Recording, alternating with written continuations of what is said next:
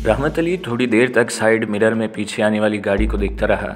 एक बार उसके जहन में यह भी ख्याल उभरा कि मुमकिन है इस गाड़ी में कोई जोड़ा मौजूद हो और दीदा दानिस्ता गाड़ी आगे निकालने से परहेज़ कर रहे हों, लेकिन उसकी छठी हिस्सों से बार बार ताक़ुब का यकीन दिला रही थी। फिर उसके जहन में सरदार खान का एक जुमला उभर आया जो उसने ट्रेनिंग के दौरान उससे कहा था, मौत और ज़िंदगी खुदा के इख्तियार में है, लेकिन इंसान को अपने साए से भी हरदम मोहतात रहना चाहिए। तुम अगर अपने किसी हरीफ को जान से मारने से हिचकिचा रहे हो तो कम अज़ कम उसे इतना नुकसान ज़रूर पहुंचा दो कि वो दूसरी बार तुम्हारे करीब आने की हमाकत न करे। ज़रूरत से ज़्यादा खुद-एतमादी कभी कभी किसी बड़े नुकसान का बाइस भी बन सकती है। रहमत अली ने स्टीयरिंग पर सीधे हाथ की गिरफ्त मजबूत की, फिर उल्टा हाथ बढ़ाकर एक पुश बटन दबाया तो डैशबोर्ड पर लगी हुई छोटी सी स्क्रीन ऑन हो गई, जिसमें पिछली कार की रोशन हेडलाइट्स बहुत वाज़े तौर पर नजर आ रही थी। वो अगर चाहता तो एक मखसूस लीवर को हल्का सा दबाकर पिछली गाड़ी को उड़ा सकता था, लेकिन उसने ऐसा नहीं किया। स्क्रीन के करीब लगे हुए वॉल्व को घुमाया तो व्यू मिरर का सुर्ख रंग का दायरा स्क्रीन पर नमूदार हो गया, जिसके अंदर 4 लकीरें नुमायां हो गईं। रहमत अली ने दूसरी गाड़ी को ताक़ुब का सिलसिला ख़त्म करने की खातिर उसके टायर ब्रस्ट करने का इरादा किया था। कुछ देर तक वो वाल्व को घुमाता रहा। अब स्क्रीन पर लकीरों के दरमियान के खदोखाल उल्टी हेडलाइट्स के नीचे थे, लेकिन मुतहर्रिक गाड़ियों की वजह से बार बार इधर उधर हो रहे थे। फिर एक बार जैसे ही रहमत अली को अपने टारगेट का यकीन हुआ, उसने बड़ी तेज़ी से वाल्व को अंदर को दबाया और पुश कर दिया। 2 सेकंड बाद ही एक ज़ोरदार धमाके से ताक़ुब में आने वाली गाड़ी का अगला टायर ब्रस्ट होने की आवाज़ सुनाई दी। इसके साथ ही पहियों की चिरचिराहट की आवाज़ भी पुरसुकून सन्नाटे का सीना चीरती हुई उभरी थी। स्क्रीन पर पिछली गाड़ी लहराती हुई सड़क के ऐन किनारे पहुंचकर रुक गई। फिर दोनों गाड़ियों का फासला ज़्यादा से ज़्यादा होता चला गया। इस काम से फारिग होकर रहमत अली ने निहायत लापरवाही से एक दूसरा पुश बटन दबाया तो रोशन स्क्रीन एक लम्हे को तारीक हुई।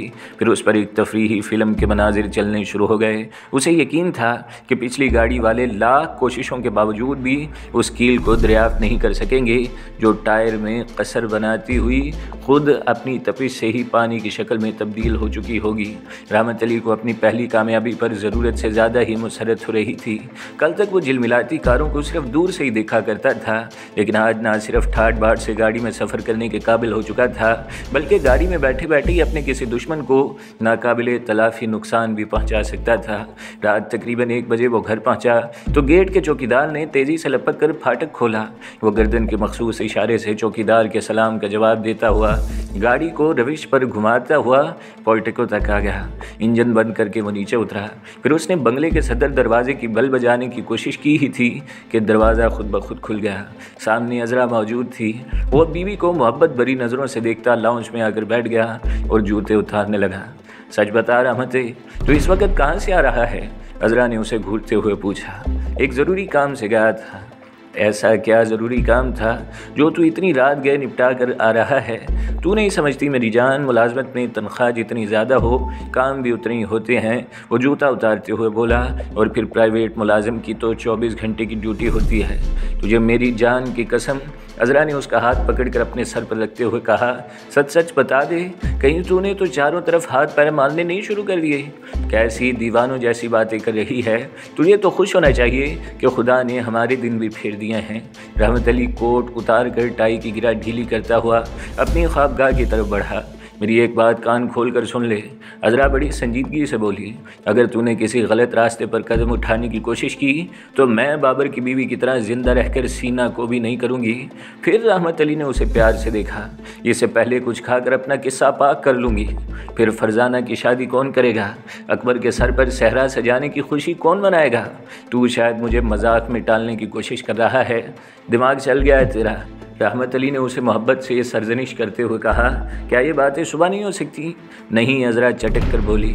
सुबह उठते ही तो बच्चों के लाड प्यार में लग जाओगे, फिर कोट पतलून में बड़ा लाड साहब बनकर दफ्तर चला जाएगा।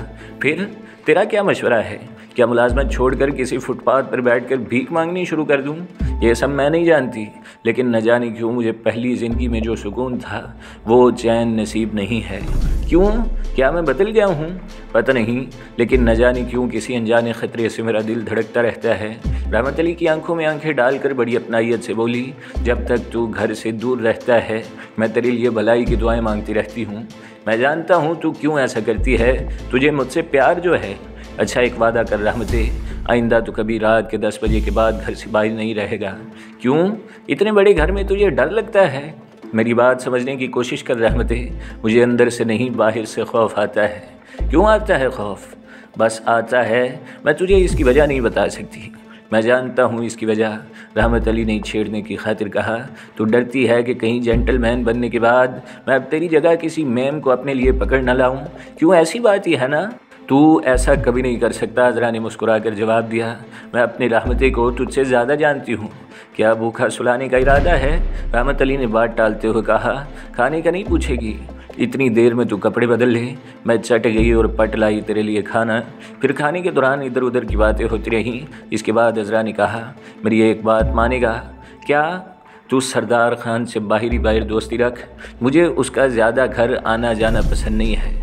कोई ख़ास वजह? रहमत अली ने चौंक कर पूछा। अकबर उससे बहुत ज़्यादा मानूस होता जा रहा है और वो भी जब आता है इसके लिए कोई ना कोई तोहफ़ा ज़रूर लाता है। मुझे ये बात अच्छी नहीं लगती। अकबर और सरदार ख़ान की उम्रों में ज़मीन आसमान का फ़र्क है। इसके अलावा और कोई बात भी हो सकती है? रहमत अली ने लापरवाही से कहा। और क्या बात होगी? अज़रा ने संजीदगी से पूछा। वो सरदार मुझे बता रहा था कि उसे बच्चों से जुनून की हद तक प्यार है। रहमत अली ने बात बनाते हुए कहा, उसकी शादी को 10 साल गुजर चुके हैं लेकिन अभी तक उसकी बीवी की गोद हरी नहीं हुई। फिर भी मुझे उसका यहाँ आना जाना ज़्यादा अच्छा नहीं लगता। ठीक है, मैं किसी और बहाने से उसे समझाने की कोशिश करूँगा। खाना खाने के बाद दोनों अपनी ख्वाबगाह में आ गए। बिस्तर पर लेटने के बाद अचानक अज़रा ने पूछा, ये बेगम बरलास तेरी कौन लगती है? क्या मतलब? रहमत अली ने चौंक कर कहा, वही तो उस फर्म की मालिक है जहाँ मैं काम करता हूँ। लेकिन तूने ये नाम कहाँ से सुना? 2 बार तेरे लिए फ़ोन कर चुकी है। कितनी देर पहले की बात है? आखिरी बार उसने यही कोई 11:15 बजे तेरे बारे में मालूम किया था। और कोई ख़ास बात? रहमत अली ने तेज़ी से पूछा। उसने मुझे फ़ोन करने को तो नहीं कहा था? नहीं, उसने कहा था कि अब वो सुबह दफ्तर ही में तुझसे बात करेगी। रहमत अली ने सोचा कि मैडम को फ़ोन कर ली, लेकिन फिर अज़रा के ख्याल से टाल दिया। एक बात तो बता, ये तेरी मैडम है कैसी? बहुत खूबसूरत, बड़ी हसीन, बिल्कुल ताज़ा गुलाब की तरह। तू शायद मुझे जलाने के लिए ये बकवास कर रहा है। खुदा का शुक्र है कोई एक बात तो तेरी समझ में आई। रहमत अली ने मखमूर नज़रों से अज़रा को देखा, फिर हाथ बढ़ा कर कमरे की लाइट ऑफ कर दी। एसपी रहमान रेम्बो क्लब पहुंचकर सबसे पहले वहां के मैनेजर डेसोजा से मिला था। डेसोजा की उम्र 50 से तजावुज़ कर चुकी थी। गुज़श्ता 12-13 साल से रेम्बो का मैनेजमेंट उसी के हाथ में था। इससे पेशतर वो होटल ब्लू मून में तकरीबन 8 साल तक इसी ओहदे पर काम कर चुका था। फिर एक रोज़ महज शुबे की बुनियाद पर उसे ब्लू मून से छुट्टी दे दी गई। तभी उसने रेम्बो क्लब ज्वाइन किया था। उसकी रहाइश भी क्लब के अंदर ही बनी हुई थी। उसकी एक बीवी थी। बच्चे की तरफ से शायद वो किस्मत की लकीरों का शिकार हो गया था। शादी के 27 साल बाद भी कुदरत ने उसे औलाद की नामत से महरूम रखा था। डेसोजा क्लब के बेशतर मेंबरान के बारे में अच्छी खासी वाकफियत रखता था। इस वक्त वो एक रजिस्टर्ड खोले कुछ ज़रूरी इंदराज में मशगूल था। जब एसपी रहमान और इंस्पेक्टर उसके ऑफिस में दाखिल हुए, वो इंस्पेक्टर जैदी को पहले से जानता था। एसपी रहमान का नाम सुनते ही डेसोजा रजिस्टर्ड बंद करके उठते हुए बोला, तशरीफ़ रखिए मोहतरम, मैं आज आपसे पहली बार शर्फ़ न्याज हासिल कर रहा हूँ। शुक्रिया, रहमान साहब ने संजीदगी से जवाब दिया। फिर डेसोजा पर एक गहरी नज़र डालते हुए उसके सामने बैठ गया। उनके बैठने के बाद ही डेसोजा ने और इंस्पेक्टर जैदी ने अपनी अपनी नशिस्तें संभाली थीं। आप कब से यहाँ मैनेजर के ओहदे पर काम कर रहे हैं? रहमान साहब ने डेकोरेशन पर एक तायराना नज़र डालते हुए कहा। यही कोई 12-13 साल से, डेसोजा ने संजीदगी से जवाब दिया। फिर तो आप क्लब के बेशतर मेंबरान को अच्छी तरह जानते होंगे। जी हाँ, कम से कम जितने पुराने मेंबर हैं उनसे अच्छी तरह वाकिफ़ हूँ। डेसोजा के लहजे में तजस्सुस था। कोई ख़ास बात? हमें आपके एक मेंबर एडगर के बारे में कुछ मालूमात दरकार हैं, रहमान साहब ने कहा। मेरा ख्याल है कि वो यहाँ के पुराने मेंबरों में से था। जी हाँ, डेसोजा ने अपनी यादाश्त को कुरेदते हुए कहा। सही दिन और तारीख़ मैं रजिस्टर देख कर ही बता सकता हूँ। वैसे मेरा अंदाज़ा अगर गलत नहीं है तो वो कोई 7-8 साल से यहाँ का मेंबर है। एडगर के बारे में तुम्हारी ज़ाती राय क्या है? रहमान साहब ने उसे गौर से देखते हुए कहा। आप क्या दरियाफ़्त करना चाहते हैं जनाब? डेसोजा ने शिस्ता उर्दू में दरियाफ़्त किया।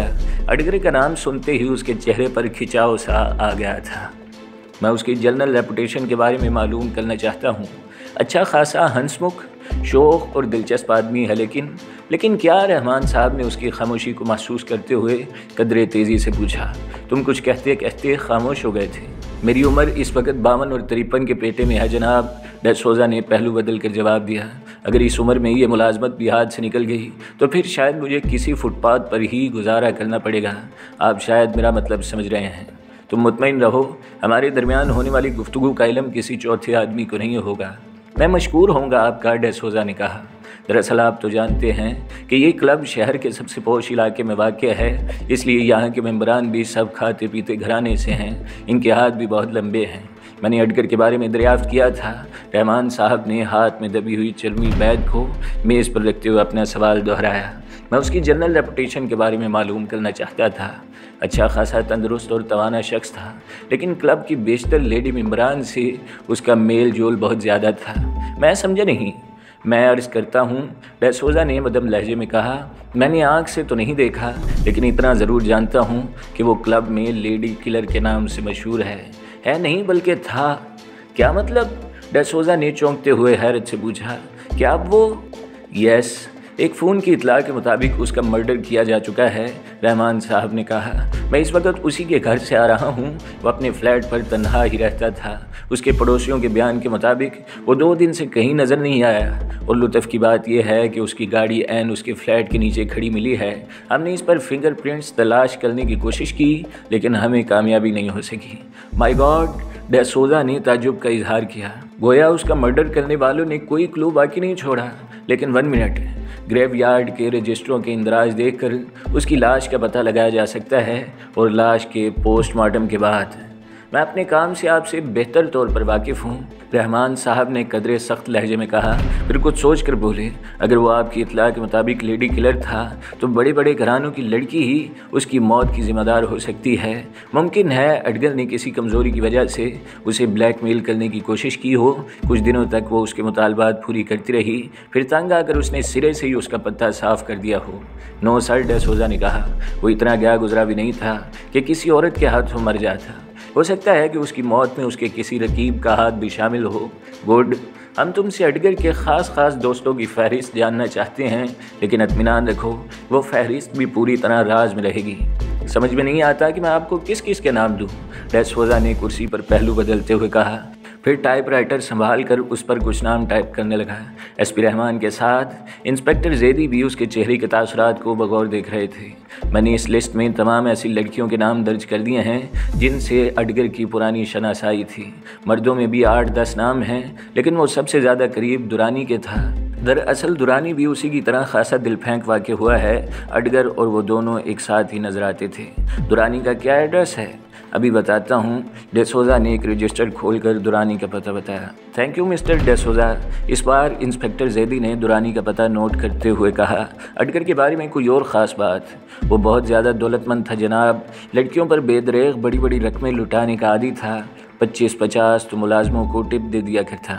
ये पॉइंट बहुत अहम है सर, इंस्पेक्टर जैदी ने रहमान साहब से कहा। अडगर के पड़ोसियों ने बताया है कि वो दिन में ज़्यादातर वक्त घर पर गुजारता था, फिर इतनी दौलत उसके पास कहाँ से आती थी?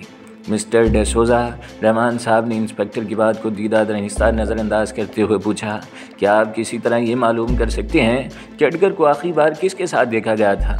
ये बताना तो मुश्किल है जनाब, लेकिन हो सकता है कि चौकीदार कुछ बता सके। मैं उसे तलब करता हूँ। डैसोजा ने घंटी बजाकर चपरासी को तलब किया, फिर चौकीदार को बुलाने को कहा। लड़कियों में अडगर की सबसे ज़्यादा दोस्ती किससे थी? इंस्पेक्टर जैदी ने चपरासी के जाने के बाद दरियाफ्त किया। मैं किसी के दिल का भेद भला क्या जान सकता हूँ जनाब। अलबत्ता एक लड़की ऐसी है जिसके साथ अडगर का खासा मेलजोल है। इसकी गवाही क्लब के बेशतर मेंबर भी दे सकते हैं। क्या आप उसका नाम और पता दे सकते हैं? इंस्पेक्टर जैदी ने सवाल किया। आपने कमाल अहमद साहब का नाम ज़रूर सुना होगा, शहर के बहुत बड़े वकील हैं। उनकी लड़की नाजनीन से अडगर के गहरे मरासिम थे, लेकिन जहाँ तक मेरा ख्याल है नाजनीन का शुमार बुरी लड़कियों में नहीं किया जा सकता। रहमान साहब कमाल अहमद और नाजनीन का नाम सुनकर चौंके थे। उसी वक्त चपरासी ने आकर इतला दी कि चौकीदार को किसी ने कत्ल कर दिया है। डैसोजा यकलख्त बौखला कर रह गया। फिर वो भी रहमान साहब और इंस्पेक्टर जैदी के साथ ही चौकीदार के क्वार्टर तक गया था, जहाँ चौकीदार की अकड़ी हुई लाश मौजूद थी। पहली नज़र में यही अंदाज़ा लगाया जा सकता था कि उसे गला घोंट कर हलाक किया गया है, और उसकी वजह वो उभरी हुई सुर्ख लकीर थी जो उसके गले पर बहुत वाज़ेह नजर आ रही थी। रहमान साहब ने इंस्पेक्टर जैदी से कहा कि वो मुतलका थाने को फ़ोन करके एसएचओ को ज़रूरी अमले के साथ फौरी तौर पर तलब करे। फिर पुलिस के आने के बाद ही रहमान साहब इंस्पेक्टर जैदी के साथ अपनी लैंड रोवर में बैठे। दूसरे ही लम्हे उनकी गाड़ी तेज़ी से नॉर्थ नाज़माबाद की तरफ फराटे भर रही थी। कातलों ने एक सबूत और मिटा दिया। रहमान साहब ने सड़क पर नज़रें जमाए हुए कहा, चौकीदार को मरे हुए ज़्यादा देर नहीं हुई, मैंने उसके जिस्म को छू कर देखा था जो ज़्यादा सर्द नहीं था। इसका मतलब तो ये हुआ सर कि कातिल मुस्तकिल हमारा ताक़ुब कर रहा है और ऐसे तमाम निशानात मिटाता जा रहा है जो हमें असल मुजरिम तक पहुंचने में मदद दे सकते हैं। इसका अंदाज़ा भी हो जाएगा। रहमान साहब का लहजा बेहद ठोस था। अगर तुम्हारा अंदाज़ा दुरुस्त निकला तो दुरानी भी हमें ज़िंदा हालत में नहीं मिलेगा। इंस्पेक्टर जैदी ने फौरी तौर पर कोई जवाब नहीं दिया।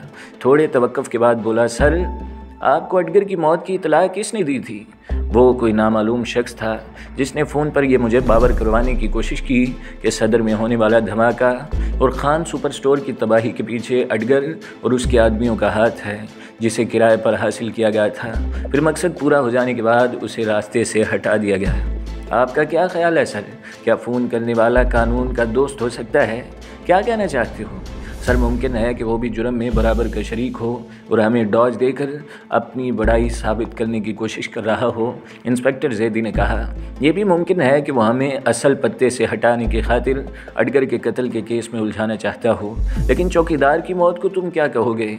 रहमान साहब बोले, मैं पूरे वसूख के साथ कह सकता हूँ कि मरने वाला उस शख्सियत से ज़रूर वाकिफ़ रहा होगा जो आखिरी बार अडगर के साथ थी, इसलिए उस गरीब का काम तमाम कर दिया गया। अगर ये बात है सर, तो फिर दुरानी का ज़िंदा मिलना भी आपके ख़्याल में मुश्किल ही नज़र आता है। हम यही देखने चल रहे हैं। रहमान साहब ने एक मोड़ काटते हुए गंभीर संजीदगी से कहा। फिर उनका ख्याल गलत साबित नहीं हुआ। हैप्पी आर्केड का फ्लैट नंबर 8 उन्हें खुला ही मिला था। अंदर एक कमरे में दुरानी की लाश मौजूद थी, जिसके गिर्द जमा हुआ खून इस बात की चुगली खा रहा था कि उसे भी मरे हुए ज़्यादा देर नहीं हुई। इलाका पुलिस को मौका वारदात पर तलब करके रहमान साहब इंस्पेक्टर जैदी के साथ अपनी गाड़ी में आ बैठे। अब उनकी लैंड रोवर वकील कमाल अहमद की रिहाइशगाह की जानिब फराटे भर रही थी। दोनों ही के चेहरों पर गंभीर संजीदगी तारी थी। चौकीदार और फिर दुरानी का कत्ल उनके लिए किसी चैलेंज से कम नहीं था।